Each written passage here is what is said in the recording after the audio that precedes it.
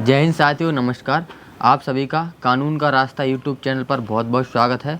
और हमारे साथ हैं श्री दयाशंकर वर्मा सर, जो मध्य प्रदेश पुलिस से सेवानिवृत्त हैं और वर्तमान में अपने भोपाल स्थित निवास से आपराधिक प्रकरणों से पीड़ित लोगों की सहायता के लिए सदैव तत्पर रहते हैं और निःशुल्क राय देते हैं। तो सबसे पहले हम सर से इस वीडियो में जानेंगे कि जो धारा 354 क्या होती है। तो सर थोड़ा आप बताएं 354 के बारे में। 354 किसी भी उम्र की महिला के साथ कोई पुरुष जानबूझकर अश्लील हरकत करना, परेशान करना, कमेंट करना, सभी ये 354 की अपराध में कवर होता है। तो चलिए दोस्तों, इसके बाद हम देखते हैं जो धारा 354 के ऊपर जो हमारे वीडियो में कमेंट आए थे, तो अब उनको हम जानते हैं। तो बजेश भाई बताइए क्या क्या सवाल हैं आज के। सर, इसमें एक व्यूअर का सवाल आया है कि उनके पापा, दादाजी और मम्मी और उस स्वयं पर्सन पे 307, 34, 504, 323, 324 और 554, 554B। 354 यार। तो वो शायद वो गलती से आपने 554 लिख दिया है, वो 354 और 354B है। जी। ये लगा दी है धारा। तो अब आगे की जो प्रोसेस है वो समझना चाह रहे हैं कि क्या होगा।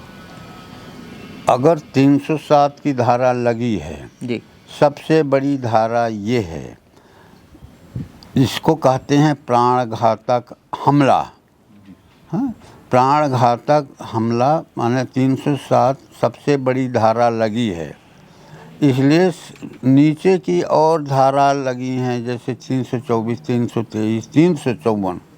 इसके माने जो ये झगड़ा हुआ है उसमें कोई महिला इन्वॉल्व थी, और महिला इन्वॉल्व थी तो उसमें किसी आरोपी जो उसमें है उसने उस महिला को टच किया या मारपीट की या किसी धारदार हथियार से हमला की, उन परिस्थितियों में ये धाराएं लगती हैं।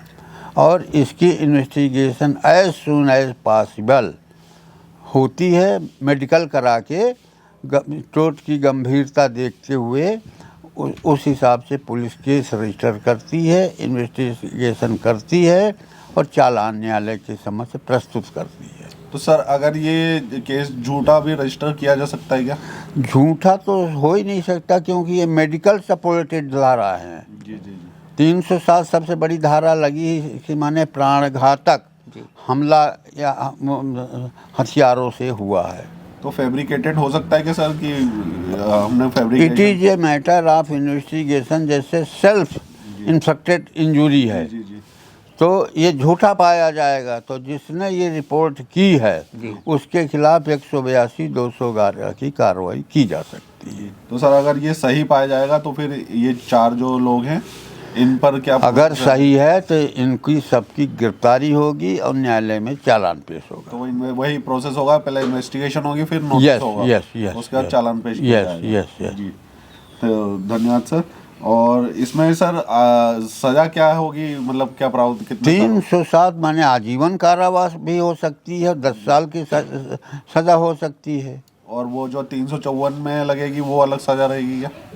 सब एक साथ चलती हैं और एक साथ, जैसे किसी में 5 साल की सज़ा है, किसी में 3 साल की सज़ा है, तो 5, 3, 8 सब मिला के एक दूसरे को कवर करते हुए मैक्सिमम धारा की सज़ा में अगर कवर होती हैं तो उतने साल की सज़ा होगी। जी सर। तो सर, आशा है कि आपको एक्सप्लेनेशन मिल गया होगा और आपको मदद भी मिली होगी। इसके बाद है कि दूसरा कमेंट पूछा गया है कि केस चल रहा है लेकिन चार्ज अभी नहीं बनाया है, और उसमें वो बोल रहे हैं कि वो झूठा केस है। यह कहा नहीं जा सकता कि झूठा, ये तो व्यूअर कह रहा कि झूठा है जी। इन्वेस्टिगेशन तो पुलिस करती है। अगर पुलिस ऐसी रिपोर्ट पेश करती है कि यह मामला झूठा है, तो जिसने रिपोर्ट की है उसके खिलाफ 182, 211 की कार्रवाई होती है, वो भी पुलिस ही करती है। और इनका चालान अभी पेश नहीं हुआ है, तो वही प्रोसेस आएगा ना? हाँ, वही प्रोसेस वही होगा। मैटर की इन्वेस्टिगेशन तो जांच एजेंसी पुलिस ही है, वही कर पाती है। और वो तो, जब पूरी होगी उसके बाद हाँ, ही चालान यस पेश यस होगा। यस। जी सर, एक कमेंट और आया है कि 354D धारा लगाई गई है। वो जो लेडी थी वो इनसे खुद बात करती थी, हाँ। जिसका इनके पास कॉल डिटेल वगैरह भी है, सबूत हैं। हाँ, और लेकिन उसी लेडी ने बाद में अपने हस्बैंड के साथ मिलकर फोर्सफुली उस इन पे केस दायर करवा दिया है भाई देखिए, 354D पर। हाँ ये बात सही है।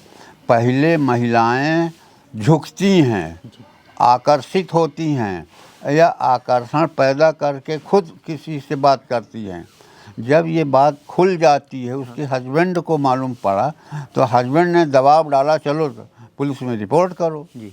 तो ये 354D के तहत मुकदमा कायम हो जाता है। तो सर ये किसके फेवर में आएगा फिर कि इन्होंने सबूत क्या पेश करती है महिला? तो अगर जैसे प्रूफ हो गया कि सही में बात करते हाँ, तो थे सजा हो जाएगी। तो ये किसको होगी सजा?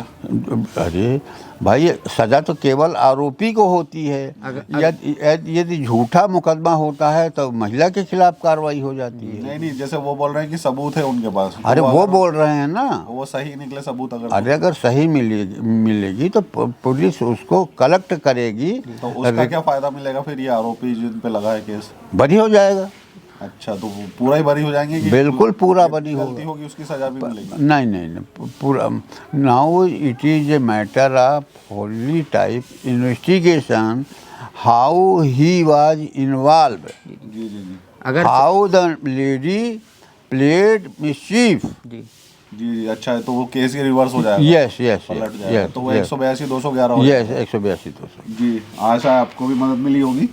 सर, इसमें एक सवाल और पूछा है कि क्या इस धारा में पुलिस जमानत दे देती है क्या? ये पुलिस के ऊपर है, जी।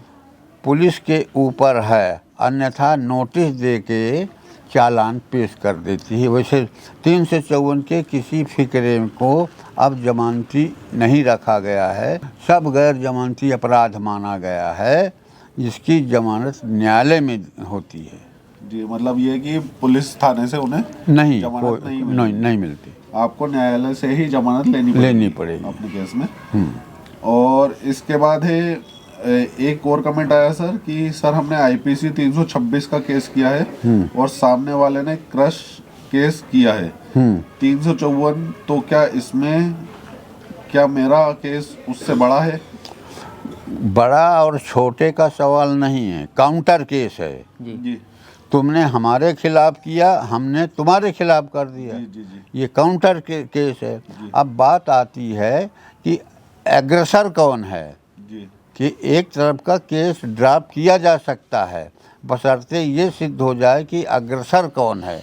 जी। तो मतलब जो सही होगा उसकी जो तरफ सही जाएगा। होगा वो सही रहेगा, और जो बाद का वो होगा उसके केस ड्रॉप कर दिया जाए। मतलब ये कि जब सबूत पेश किए आएंगे तो जो सही निकलेगा हाँ, उसके फेवर में आधार केस पर आएगा। उसके जी जी सर, ठीक है सर। इसी को कहते हैं काउंटर केस। सर बहुत बहुत धन्यवाद।